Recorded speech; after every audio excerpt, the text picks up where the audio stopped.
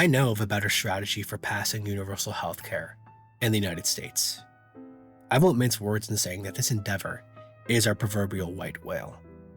Even those with the faintest understanding of healthcare know that a massive level of coordination and diligence is needed to ensnare this beast. Yet our strategies up until this point do not reflect that effort or understanding. Now, I'll stop wagging my finger at you, but we still have a duty to pass universal healthcare. Therefore, our line of action needs to be formulated. As I hinted at before, there is a major dilemma, and it is that the necessary work has been neglected. To shake ourselves from this fit of laziness, we need to figure out what needs to be done and pursue the first steps. Let's begin.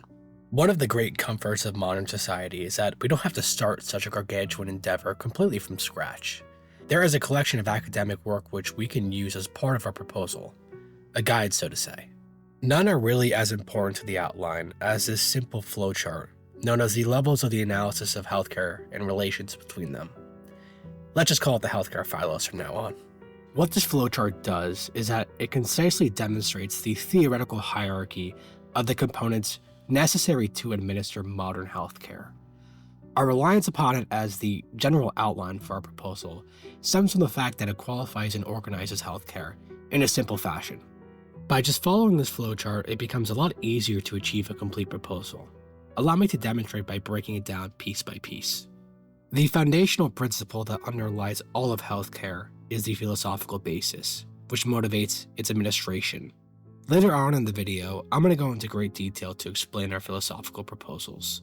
At least the first part, that is. In short, I would generally lump healthcare into two categories: individualistic and egalitarian-oriented philosophical motivations. The former manifest in healthcare systems where the service is fully paid by the patient, known as the out-of-pocket model. More moderate systems, such as our own, utilize a form of healthcare where the vast majority of the costs are borne by employers, known as the Bismarck model. The latter types of healthcare involve services that are paid mostly via tax subsidies, known commonly as the Beveridge model, or national health insurance model, which is a more socialized form of healthcare. These two orientations could be presumed to operate on a gradient, or a spectrum, where many first-world healthcare systems contain characteristics of both, otherwise known as the hybrid model. Nations come to such a philosophical basis according to its social norms, cultural values, and the state of the other components within the healthcare phylos. The US is individualistically oriented, with a hybrid model that is predominantly Bismarckian, while European, Asian, African, and South American nations are more egalitarian in this regard, at least in theory for some. What I mean by that is healthcare in many third world countries, and even in some first world countries, experience constraints on the other components. These constraints lessen the ability to deliver healthcare according to its philosophical basis. A few good examples are societies with a lack of resources, or civil woes and war which hamper the disbursement of these services according to best standards and practices. This leads me to the next level of components, or the administrative level, comprising social and cybernetical interaction. The social component is the cultural and interpersonal character that underpins the interaction of individuals and groups of medical staff, administrators, legislators, lawyers, experts, and other professionals within a healthcare system. In addition, there are broader social determinants such as income, social protection, and education, which influence the social component of healthcare. These are partial byproducts of social customs that typically manifest in the other components. Sometimes the lines between each component gets a bit blurry. A nation with interdemographic struggles might possess a two-tiered healthcare system, and a nation with stable group relations might have a more egalitarian system. There are also a myriad of different sociological perspectives which underlie the administration of healthcare, such as functionalism, conflict theory, and symbolic interactionism. Cybernetics, on the other hand, involves interactions between individuals and systems within healthcare. This component is commonly associated with AI and nanotechnology, but it also involves much simpler interactions with technology. Individualistic healthcare systems contain a hodgepodge of private and public entities, comprising thousands of people and cybernetic systems, working in cooperation or sometimes competition. Egalitarian systems contain a greater array of publicly run segments with a more uniform array of positions and systems. There are also a myriad of different cybernetical challenges that are characteristic to each type of healthcare system on the spectrum. Next up, we have what I like to call the supplementary level, which includes the economic and legal realm. I touched upon economics a few minutes ago, but it plays a rather significant role in the function of a healthcare system. Economics in this case can be whittled down to the resource demands of the healthcare system, in juxtaposition to the availability of resources that the nation in question has to offer. To be more specific, resource demands are determined by the level of reimbursement needed to satisfy all parties involved.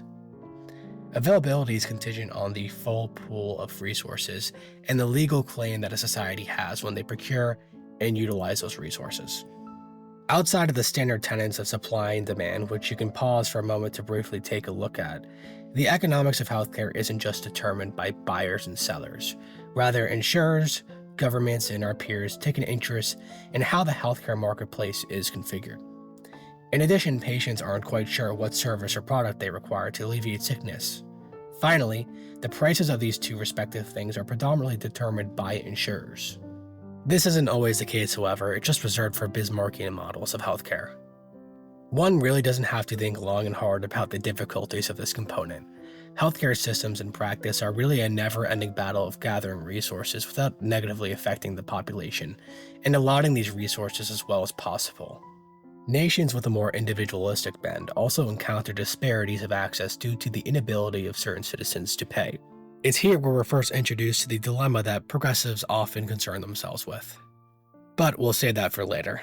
The next critical component is the legal framework that keeps the wheels of the system on track. All the other components rely upon the letter of the law to concretely detail what their precise nature is. Without the law, healthcare administration would be just a guessing game. The reason why I call these two realms the supplementary level is because the state of the two prop up healthcare as a whole. Finally, we have the medical environment, which contains the standards and practices. This level involves the research, consensus, improvement, and execution of medical procedures that healthcare professionals spend decades mastering. Literally every single other category of the healthcare phylos is oriented for the purpose of maximizing the full potential of the standards of care and practices of doctors, nurses, surgeons, specialists, and physical trainers. That being said, they aren't insulated from the constraints of the other categories. Really, all of these categories are all interconnected and influence each other in a profound fashion. Rather than thinking of each concept as independent, you can view it as a procession of the preferred concept at hand. Let's use medical practices as an example, which is guided by medical standards, supported by the legal apparatus and economic state, administered at scale through cyber and social interactions, which are all informed by some order of philosophical values. Just as a quick reminder, we need to flesh out what the right to healthcare would look like in practice using the healthcare phylos as a partial guide. This isn't just a bunch of scribbled words on a piece of parchment passed by Congress. Healthcare is a positive right. It would spur into motion an environment of healthcare capable of rendering a service that is philosophically egalitarian, institutionally sophisticated, economically viable, legally sound, and of course, medically advanced. As I stated before, healthcare policy demands diligence. The first video I actually ever posted to this channel kind of goes over the importance of policy development as the best strategy for garnering support. In short, we need to build out a healthcare policy that captures that essence. Now, this kind of allows me to segue to an important component missing from the healthcare phylos: politics. Where exactly does politics factor into the equation? Now, I would guess that it can be safely confined within the social realm of the phylos. That being said, it contains certain characteristics that warrant special attention, hence why I brought it up after the fact. It's honestly a whole can of worms that we'll probably have to spend time detailing in a future video. So here we have a rudimentary map of sorts. But a map doesn't mean much without a proper journey, and every great journey begins with a reason to take the first step. So, why do we fervently believe in universal healthcare? What are the philosophical underpinnings that grant us the wherewithal to pursue such lofty ends? First, I must make it clear that there are proper and improper ways to answer these questions. I intend to lean towards the former. Health is a beautiful and fickle state of being, continually watered down in politics for various reasons. This dilemma beckons to a considerable array of deeper issues stemming from a lack of understanding on what we know about and how we value health. There is a pressing need to briefly cover the fundamental facts of health and healthcare before we discuss the reasons behind our position. Philosophy finds itself intertwined with the two in more ways than we can possibly imagine. A noteworthy instance of this is found in one of the major concepts of virtue ethics, eudaimonia, or flourishment. The various beliefs regarding healthcare are pluralistic, like philosophy itself, from its broadest administrative orientations to specific dilemmas regarding its practice. To piggyback off of that, each component is partially informed by a variety of philosophical concepts and positions. These are laced within the different disciplines which guide the various components, each containing philosophical concepts and positions that can be interconnected and mutually exclusive. All of healthcare is guided by an overarching philosophical component, though, that can be best summarized through the following question: why do we practice this kind of healthcare? I partially answered that question before with a broad remark. Different orders of healthcare are spurred into motion due to the underlying beliefs, norms, and values that we all hold. Obviously, this goes without saying, but people have opposing beliefs, hence the different kinds of healthcare that we practice. To get into the weeds a bit, constitutional democracies such as our own ideally hash out these beliefs through discourse and debate, resulting in some kind of agreed upon conception of justice, which paves the way to a popular healthcare system. Unfortunately, though, there is a profound gulf in opinion which extends to our contractualist-oriented foundation. Before I lose you, let me just say the following. That remark was a summary of an 11-page explanation that I had regarding contractualism, which I scrapped. In a nutshell, these differences appear in opposing beliefs on what principles are and how they ought to be realized, which in turn gives rise to varying beliefs on what a society's social contract should look like. To be clear, the Constitution is our social contract. We are its contractors in an indirect way. We operate in an ethical reality that is contractualist in its orientations. Each of the major ideologies wish to instill their interpretation of the Constitution and contractualism as a whole. How this specifically relates to healthcare is that it would result in opposing orders of healthcare, with components that can vary quite a bit, even up to the philosophical component. Progressives believe in a healthcare system that would facilitate universal healthcare. If passed in some way, shape, or form, universal healthcare will no doubt appear as an additional amendment within the Constitution, which is why I feel the need to bring contractualism into the fray. Finally, to drive home the point, the primary source for this philosophical component, Norman Daniels, heavily relies upon contractualist theory to arrive at his position. Okay, this is prime transition time. For the sake of compatibility, we can imagine that the ends of these beliefs are in the social goods that society ought to guarantee. Again, ideally speaking, we can assume that these guarantees find their way enshrined within the social contract. For instance, we view the right to legal representation as a social good. Therefore, it is enshrined via an interpretation of the Sixth Amendment.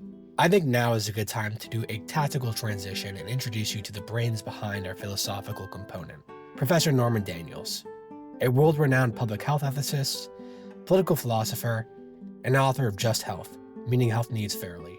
Daniels actually served on the failed Clinton Universal Healthcare Committee, formed in 1992. We can leave these details for the video on the political component. Let's put a pin in that and let Daniels guide us to our position. It's important to pause for a moment and understand that Daniels' focus is on what just healthcare is, rather than the entire philosophy of healthcare. Now, before you succumb to confusion, I need to say that this isn't a setback for us. First off, we aren't concerned either with the entire philosophy of healthcare, just our own philosophical position as progressives. Second, Daniels is playing off of the intuition that justice plays a critical role in why we practice different kinds of healthcare, so it kind of complements our question to begin with. So please keep in mind that as we are discussing Daniels' work regarding just healthcare, we are doing so to clarify the fundamental characteristics of the progressive philosophical component. Now, according to Daniels, just healthcare begins with a debate about the special moral importance of health and its underlying characteristics. Through investigating these special characteristics, we can determine whether health qualifies as something that is in fact special, and whether healthcare can be subsequently viewed as a social good, warranting public treatment due to its moral importance. Health is the absence of mental and physical disease, referred to as pathology by experts. For the sake of simplicity, Daniels lumps in conditions which do not qualify as disease under the umbrella of pathology, genetic conditions, disabilities, etc. In order to manage or stave off pathology, we require certain health needs to be fulfilled. They are as follows. Adequate nutrition with the proper quality and quantity of calories that serves as the bedrock of health. Hand in hand with nutrition comes exercise, rest, and moderate habits which rejuvenates our minds and bodies. Next, we have safe and sanitary living/working conditions, including clean water and air, as well as appropriate housing. Two other needs which we tend to take for granted are safe travel and freedom from violence. Both ensure that we remain protected from bodily harm from others. Once pathology does occur, preventative, curative, and rehabilitative medical services ought to be utilized to manage and alleviate our illnesses. In addition, non-medical social support services, including legal venues, should be leveraged to serve as the vanguard of preventative and compensatory measures. Finally, to beckon back to the social component, there is a distribution of other important social determinants of health, which can be best described as the facilitation of needs interconnected with health, such as a living wage and non-discrimination measures. All of this put together alludes to a much deeper conception of health that isn't commonly considered in discourse in the United States. Now, we've been given a lot to chew on, but I find that the experience lays a foundation that broadens and corrects our narrow understanding of health. Daniel states that these needs point to a functional relationship between preserving health, maintaining normal functioning, and the many goods and services and institutions that bear on health and its distributions.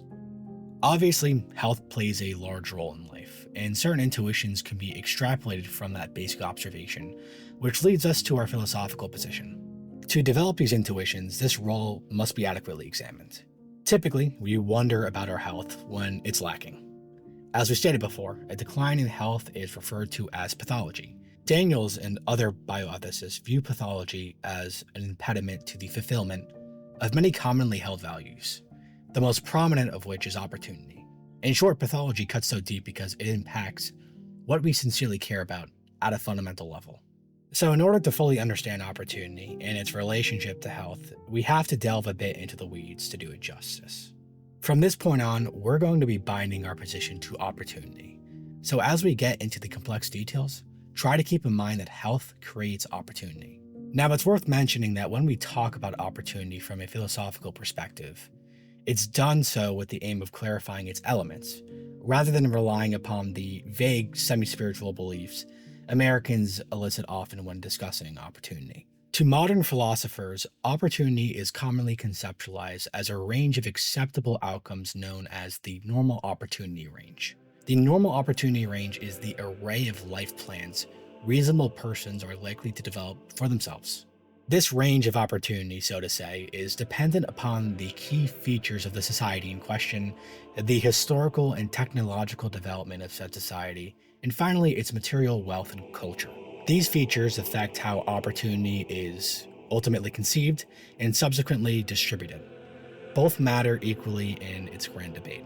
Finally, to add on to the last point, modern academic literature on opportunity tends to discuss it as a distribution of certain outcomes. But here's the million-dollar concern. Opportunity isn't some precise thing. It's a moral value. Ideally, its distribution is the product of consensus between subjective points of view that are informed by these key features, like many other important values. To water it down a bit, different types of distribution influenced by these factors provide varying allotments of material goods and outcomes.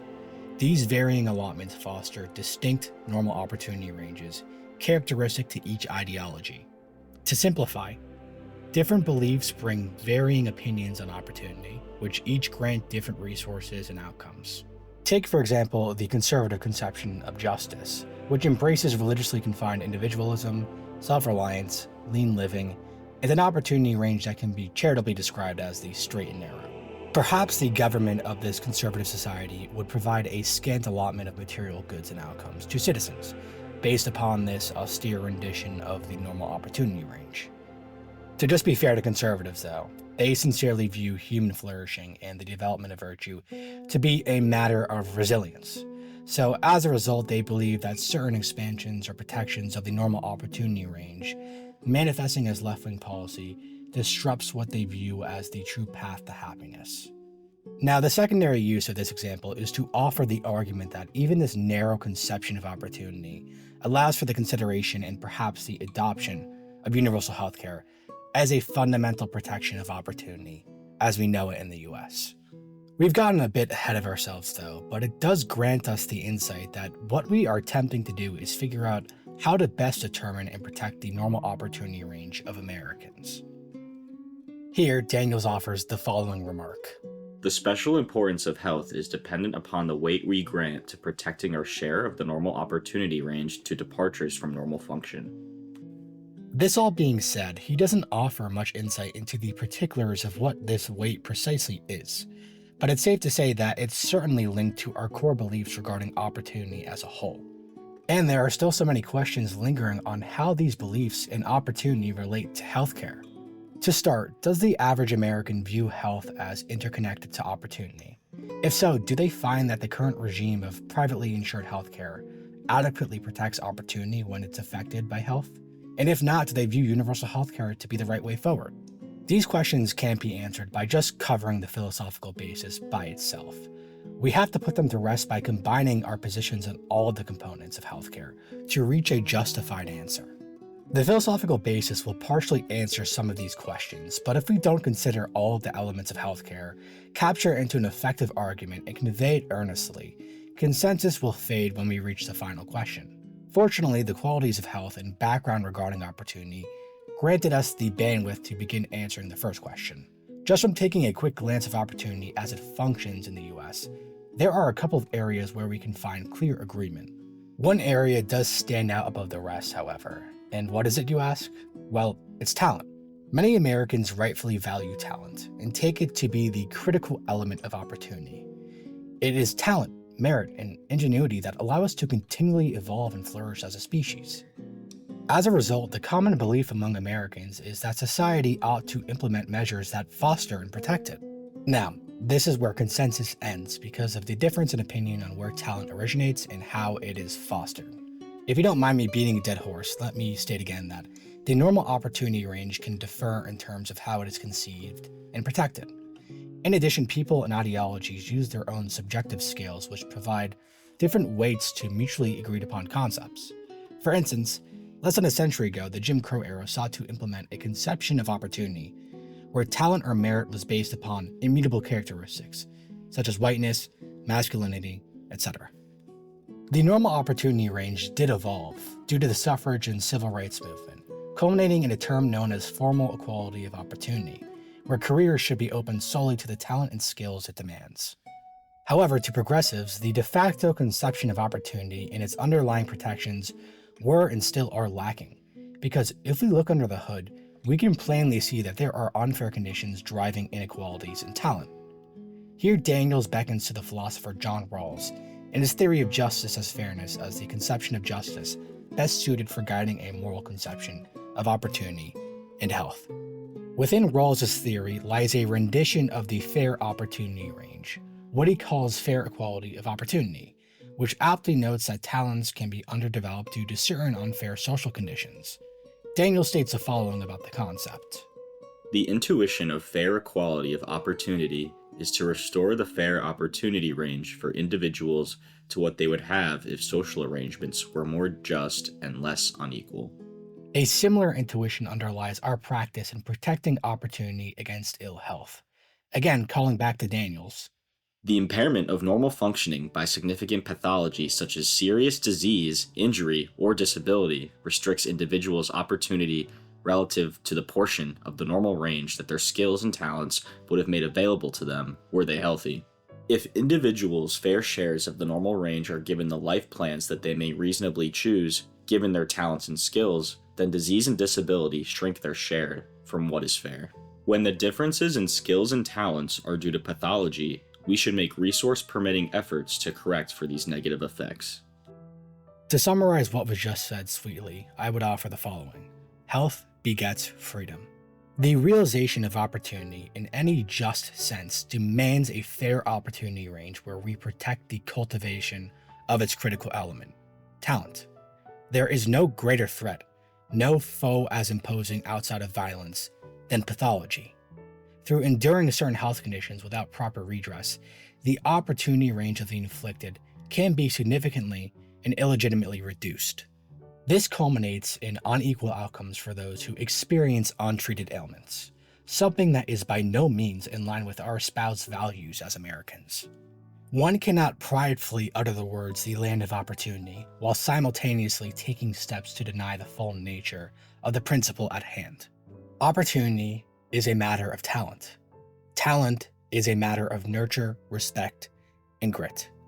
Getting back to the details, those with untreated afflictions such as autoimmune disorders, mental health disabilities, genetic conditions, and physical disabilities run an increased risk of experiencing a comprehensive diminishment in the ability to exercise their freedoms and life plans. Freedoms that once practiced serve as the prerequisites necessary to develop and convey merit effectively. While it's worth noting that merit demands resilience, it would be ridiculous to omit the fact that it is the rule, rather than the exception, that a certain modicum of stability must be reached to truly garner merit. To those who are financially unable to relieve themselves of pathology, this stability becomes difficult to maintain, and they are effectively reduced to second-class citizens from this desperate pursuit. Energy that is ideally devoted to efforts which develop merit is redirected to maintain the stability necessary to merely exist in a competitive society. What fair equality of opportunity aims to do is incorporate this indirect interference as another experience which needs to be addressed to fulfill a fair balance of freedom and equality. Consider a scenario where you have a chronic illness. Perhaps you already do. In addition to this illness, you lack the ability to pay for insurance or are underinsured. Not only would it be financially disastrous to go out of pocket, but certain clinics turn you away without one. You're in a dangerous bind. Healthy or financially stable peers of yours can spare themselves the consequences of such a dilemma, focusing their attention, ideally, on growing as free citizens and exercising their freedoms without undue interference. You, on the other hand, have a fractured attention, one eye on the ball, the other on your health.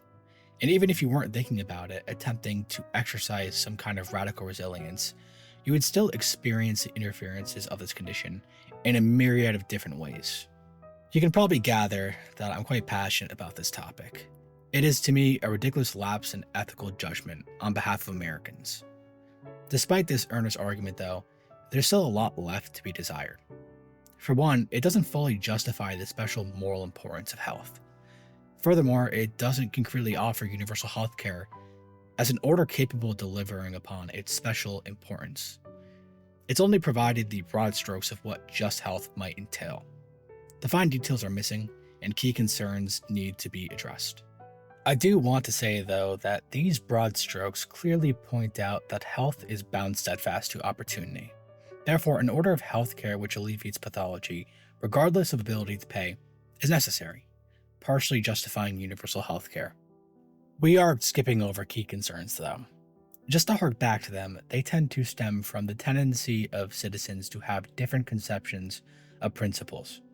Even in cases of consensus, they still use subjective scales to weigh the value of upholding these principles. It's no different with fair equality of opportunity. Even if people agree that the US ought to implement this iteration as the mold for the range of normal opportunities that all should be able to pursue, they may not weigh certain protections of this range as valuable. These concerns will mostly manifest as we cover the other components, but there are certainly some within the philosophical component which warrant attention. Now, we can't fully set all these concerns to rest, but we can convince enough people that universal healthcare, as the medium for just healthcare, is a step in the right direction. Such a massive undertaking requires us to delve even further down the philosophical rabbit hole. To start, I think it's necessary for us to acclimate ourselves a bit more with Rawls's theory of justice, because the progressive position is a product of Daniel's work, which is fundamentally tethered to Rawls's theories. John Rawls is a 20th century contractarian philosopher and professor. He is probably one of the most influential philosophers of the 20th century. The principles which we utilize in our philosophical basis are derived from a thought experiment of his called the Veil of Ignorance. The Veil of Ignorance is an interesting and controversial thought experiment found within his work, A Theory of Justice. According to the Stanford Encyclopedia of Philosophy, it deprives the parties of all facts about citizens that are irrelevant to the choice of principles of justice, not only facts about their race, class, and gender, but also facts about their age, natural endowments, and more. Keep in mind that this is a highly watered-down summary of the Veil, but its main aim is to conceptualize how a truly just, reciprocal society would form if we were to deny citizens certain information that would contaminate moral decision-making. From this thought experiment, Rawls deduces two major principles. The first is equal basic liberties, the second are social and economic inequalities, fundamentally constrained by fair equality of opportunity and the difference principle. These are arrived at chiefly due to the lack of certain information that might promote self-interested decision-making. This thought experiment aside, though, the constraining principles we just mentioned serve as the real foundation of our basis. They hold up outside of the theory itself because they play off of moral intuitions which everyday people hold. Luckily, we don't have to precisely wake the memory of citizens to get them to readily agree to these principles. These are principles that bear an uncanny resemblance to the cornerstone principles discovered during the Enlightenment. Rawls himself was actually directly inspired by Enlightenment philosophy. Therefore, Daniel sequesters them out of the theory of justice as fairness for specific use, neither confirming or denying the veil of ignorance in the process. As I alluded to before, his theory of justice as fairness offers itself as the optimal theory for health needs, considering it contains the most sophisticated rendition of equality of opportunity, one which acknowledges that certain conditions such as pathology are a primary contributor of unfair inequality. Rawls states the following about fair equality of opportunity. In all parts of society, there are to be roughly the same prospects of culture and achievement for those similarly motivated and endowed. In short, just to repeat the point ad nauseum, such prospects, according to Daniels, are meaningfully reduced by pathology. Now, it's quite clear how fair equality of opportunity relates to juster healthcare, but the difference principle is a separate story.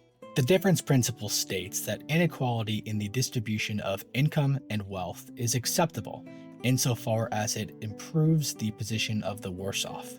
According to Rawls, the worst off are the fully cooperating members of the lowest income class, with the least expectations. What the difference principle aims to secure is an order of inequalities that are good for all. The astute among us can probably see the luck egalitarian undertones that drive this principle, which is part of the reason why it's so deserving of special attention. To the confused viewer, though, I'll offer this simpler explanation. The difference principle partially aids equitable and fair resource distributions. It does so through the assumption that the distribution of natural assets are undeserved. That being said, citizens are more than welcome to better their position by using their own natural talent and skills, as long as it tangentially aids in the good of the less well endowed. In other words, it's fine for those to benefit insofar as it isn't at the expense of the less fortunate. It's worth mentioning the fact that the difference principle isn't meant to run rampant, financially crippling and oppressing the well-off. The difference principle operates as part of a trifecta of principles which constrain each other. Basic liberties and fair equality of opportunity take precedent over the difference principle. Progressives can hardly call it just if they were to infringe on the well-off's basic liberties and normal opportunity range. To drive home the point even further, the goal of the difference principle isn't to make everyone's health outcomes and claim of resources equal. As I said before, it is fine for the well-off to benefit, but not when it harms the lives of the worse off. If we were to logically extend the difference principle to just healthcare, we would see an order of healthcare which is focused on distributing resources and outcomes which benefit the worse off. In reality, we experience a healthcare system where the worst off are continually denied services which preserves their standing and dignity as free citizens. Progressives take universal healthcare to be the order of healthcare which best realizes the difference principle, in addition to fair equality of opportunity. This realization subsequently protects one's claim to the normal opportunity range through the alleviation of pathology. In extreme cases, it even restores one's ability to practice basic liberties, which serves as the bedrock of the normal opportunity range. Just before we move on, I wish to quell any lingering hesitancy towards a difference principle. American society already utilizes policy which inadvertently realizes it. This is because we intuitively value the logic behind it through policies such as progressive taxation, which implements higher tax rates on income as it increases. All in all, fair equality of opportunity combined with the difference principle, in the case of health, sets the foundation for a health system in society as a whole with a strong tendency to equality. Put together, these two limit allowable inequalities, alleviates the consequences of unmeritocratic orders, setting a stable conception of justice compared to competing beliefs. Now, where does universal healthcare factor into this relationship? I touched upon it partially, but a firm connection needs to be drawn up in the next video in the series. I think this is a good opportunity to do some channel housekeeping. This video was a massive undertaking, and I took it on during a time where I really didn't have the bandwidth to do so. I made numerous mistakes, dragged my feet immensely, and encountered situations where I was frankly way out of my depth. These kinds of habits sap ambition out of you like there's no tomorrow. So in short, I intend to put a hell of a lot more planning and intention into these videos going forward. Stay tuned for more regular posts in the future though. I also hope this video gave you something interesting to chew on too. Don't forget to like and subscribe, and hit the notification bell for my next video. I'll see you all next month.